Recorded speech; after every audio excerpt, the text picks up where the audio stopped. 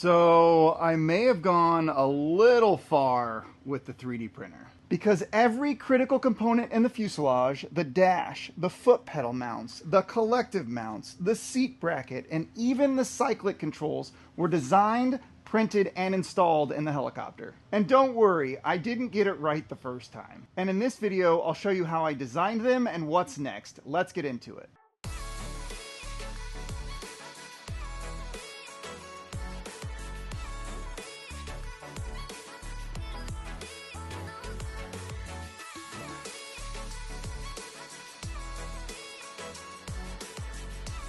The goal for today's video is to get everything installed and fitted into the interior of the helicopter. The goal here primarily is to make sure that one, everything is located ergonomically and it's comfortable. Two, make sure that there's no clashing and basically fit up everything where they're supposed to be. Now, I'm going to approach this in the way that we'll install the most constrained part first and then let everything else kind of feed off of that for placement.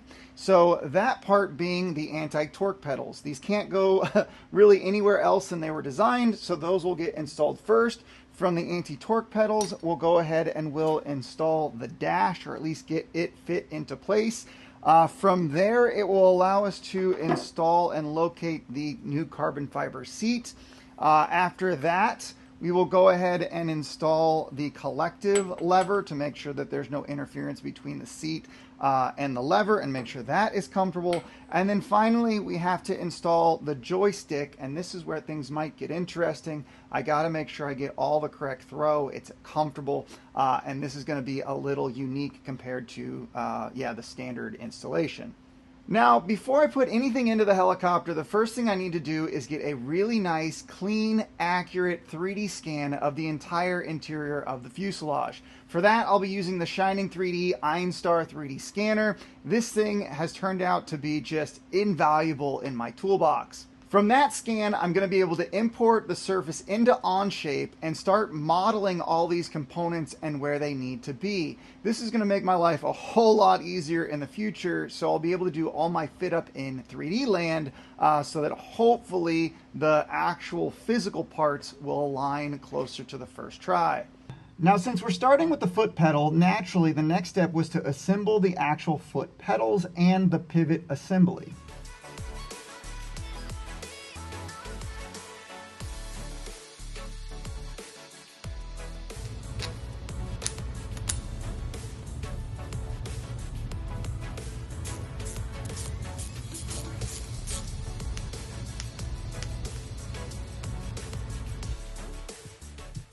I'm going to temporarily mount this pivot assembly with some 3M double-sided sticky tape. This will all get replaced later with proper fasteners, but once again, this is just for fit up. Now, this is where things start to go a little bit sideways. So the design intent and in the instruction manual, the way you install these foot pedals is to use two rod ends, perfectly fine with that. But then you drill through the actual floor and have them bolt through the bottom of the fuselage. I don't like that, mainly because aesthetically I don't want the threaded portion of this to be sticking outside underneath the helicopter with bolts and have it be ugly. I'd rather have it all contained in the helicopter. So for that, my idea is to actually turn these rod ends sideways and design a bracket that will actually make out of carbon fiber that will bond into the fuselage and hold my rod ends in the correct location. So let's jump back into Onshape and design something to do that for us.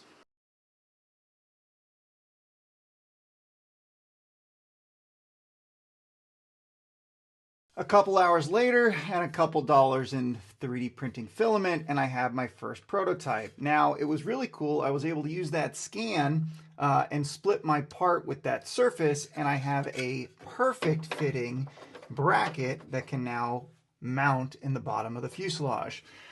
I have already noticed a couple issues, though.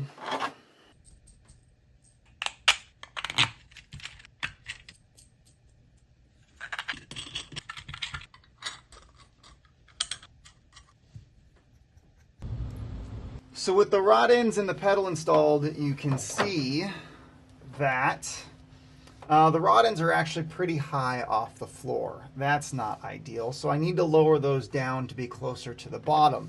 I also noticed that my bracket is actually limiting the travel of the pedal, and so we need to put a cutaway so that this bar can pass through this face and get it closer to the ground.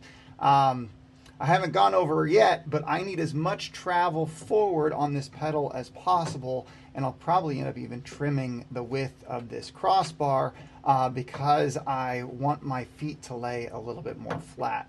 That'll make sense a little bit more once I get all this assembled.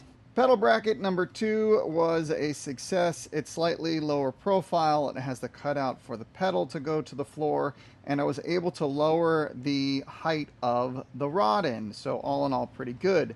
But we did run into one more problem. Due to the close proximity of the pedal to what this will represent as the center like keel, and this being at an angle relative to the rod end, if I were to go install the foot pedals into this permanently mounted bracket, you can see as this rod end comes out, this is a converging angle, and there's a good probability that this rod end will hit that keel, and I'll have a really hard time getting it into that location. So simple way around this is to just redesign this face to be normal to the keel, and then that will no longer be an issue.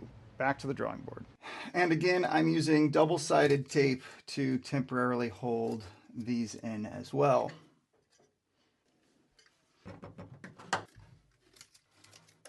That should do it.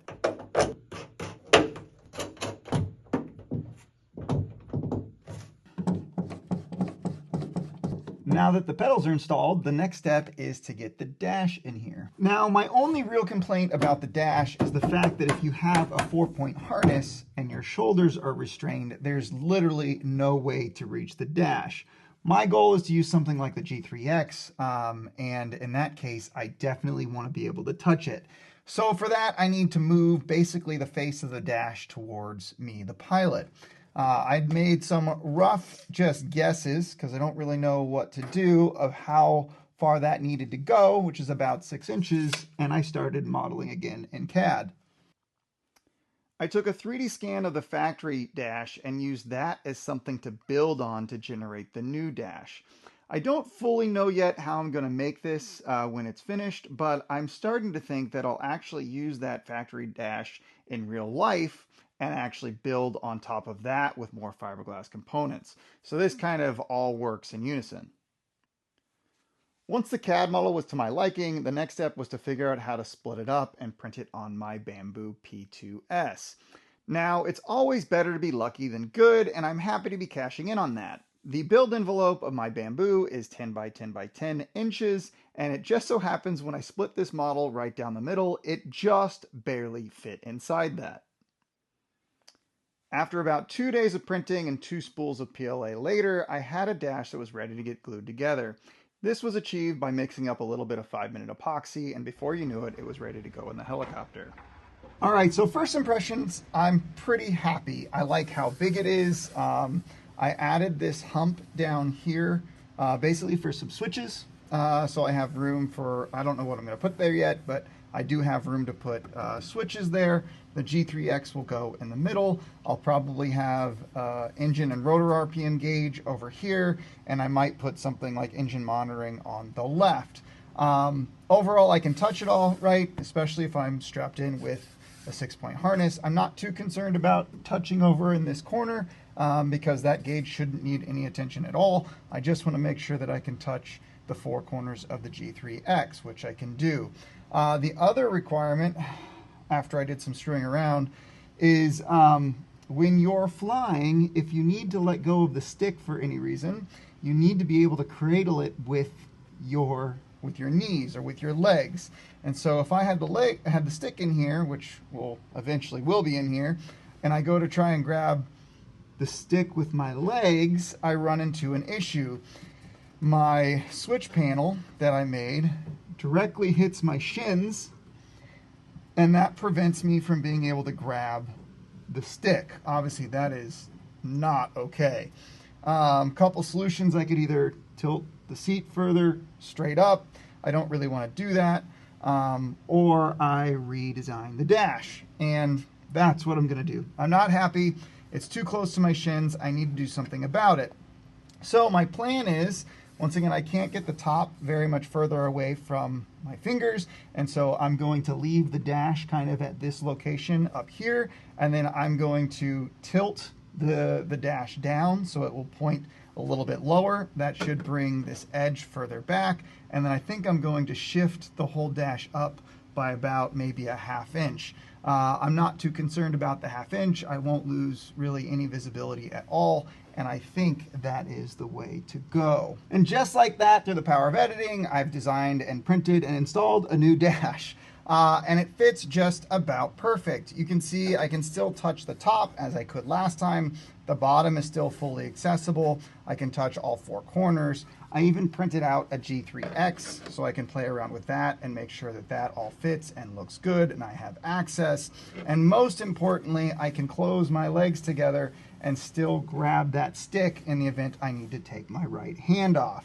So I think we're good to go. With the dash finished, next on the agenda is the joystick. Now, I've gone over this in the past, but as a reminder, I have made a seat so that the pilot is in a more reclined position. That's basically to shift the CG of the pilot forward, which is the heaviest thing in a helicopter, to account for that cowling that I'm making in the back. It also is known that this helicopter is tail heavy from the start, and so anything I can do to push the weight forward is going to be a good thing. So with that said, the joystick or the cyclic control from the factory, what you get is literally an aluminum tube. I've made a mark down here actually to where it should be roughly connected to the other controls, and as you can tell, my motion is extremely limited if this stick is just straight. So I'm going to have to come up with something that has kind of a curve to this to allow the actual joystick to go into my lap and not interfere with the seat. I also need to make sure that I'm not limited physically inside the fuselage for the throw, but whatever I have inside, I meet the limits of all the other mechanical throws in the helicopter. I don't want to limit the control of the helicopter just because I don't have space in the fuselage. Now, the goal with this new design was to use as many as the existing components from the factory as possible, but also achieve what I was going for. And so you'll see that with these 3D printed parts, they were designed clearly for 3D printing just to make my life easier, but I've also incorporated some of the existing components into that design. For example, my control tube is not a tube anymore. It is a 3D printed part. And that's once again because I wanted to be able to 3D print it easier, and square tubes are easier than round tubes. The other part of this is I made a connector. It's kind of like a double, I don't know, house connector, and that's because you don't print flat surfaces on the top. So I made my connection point printer friendly and then made a junction, just simple geometry to put the two pieces together. Once again, just making my life easier. This won't actually be the final design when I make these parts. And there you have it, a 3D printed mock-up of what my controls will eventually be. Now, until a day or two ago, I wasn't sure how I was going to get a bent tube to represent this piece. That's because, as I mentioned before, the factory gives you a straight one, and I don't have a tube bender, and I really wanted it to look nice. I quite literally hit my head into the solution where I realized I had, this is a stinger, or the tail protector, the tail rotor protector, that goes in the back of the aircraft. I had an extra one. And it just so happens the angle that I happened to guess for what I needed between this bend happened to be the exact same angle of this stinger. So, better to be lucky than good. I'm going to cut this thing up and use it as my control stick. Now, for a rough sanity check, I'm using my iPhone's level. Super accurate, I know, but basically just as a sanity check to see how much throw I actually have. Then we can use that throw to back calculate to see if there's any other limits in the mechanical system to make sure that, once again, I'm not limited by the geometry inside the fuselage. And for this, it looks like I have about 20 degrees of travel in the forward and back. That's being pretty conservative. And I have about the same left to right, 20 degrees. So going back to the mechanical limits of the controls, after doing a whole bunch of digging and looking at every single assembly, it appears that the limiting factor is the actual swash plate. Now, if I was designing this helicopter from scratch, I would figure out the pitch that I needed at the actual blades and then correlate that all the way back down to the control inputs. But in this case, it's already designed, and this makes it a little bit easier. The limiting factor of the entire system is how much the swash plate can actually tilt. And in this case, it's about 18 degrees in both directions. Well, really in all directions. And it's limited by this single ball joint that acts as the center point of the swash plate. So as long as my controls in the helicopter can be manipulated such that they reach the max limit of the swash plate, which is 18 degrees, we should be okay. Now, after running through all the kinematics and finding out all the ratios, which I won't bore you with, I'm good to go.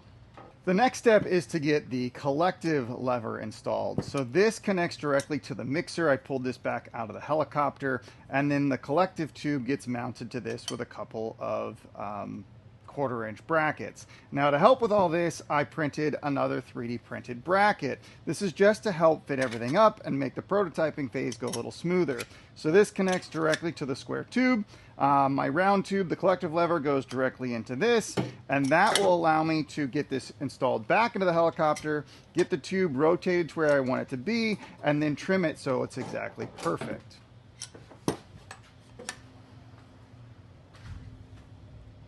All right, foot pedals are in, dash is in, joystick is in, collective lever is in, and honestly, it all exceeds my expectations. I was kind of worried with how tight this area is that I would have to make sacrifices and just live with some things, and honestly, I don't think I have to. Everything feels in place and with plenty of room.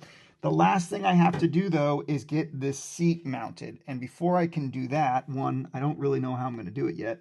But two, I need to get the exact position of the seat into CAD so I can start playing around. So that's next. So I'm going to be using the 3D scanner again to capture the exact location of the seat. But I wanted to share with you guys a little trick that I stumbled across, to be honest. So it's going to be very hard to get the scanned interface between the seat and the fuselage because of how tight it is, and the scanner just really can't get in there. So to get past that, what I'm going to do is I'm going to scan just the fuselage first, then I'm going to place in the seat, start to scan the seat, remove the seat, and rely on the Shining 3D software to figure out where that portion of the seat was, and I'm going to continue to scan that seat away from the helicopter to fill in the rest of that bottom surface. This worked perfect, and I was blown away at how good the software is at recognizing the features that you've already scanned. All right, so here's my thought on the seat mount, and basically I'm going to open up to you guys to either say you like my idea or suggest something better. But what I've seen in the past is people use hinges, individual hinges, probably not aerospace worthy hinges, but hinges nonetheless to mount the seat basically to this support structure. And the main reason for that is you want to be able to hinge this seat forward and out of the way so you have access for your pre-flight inspections and for anything else that's behind it. So I'm going to kind of use that. It's the best I've seen so far, but I'm going to use an aerospace grade hinge, a piano hinge, and go all the way across this main face. That gives me about 8 inches of length.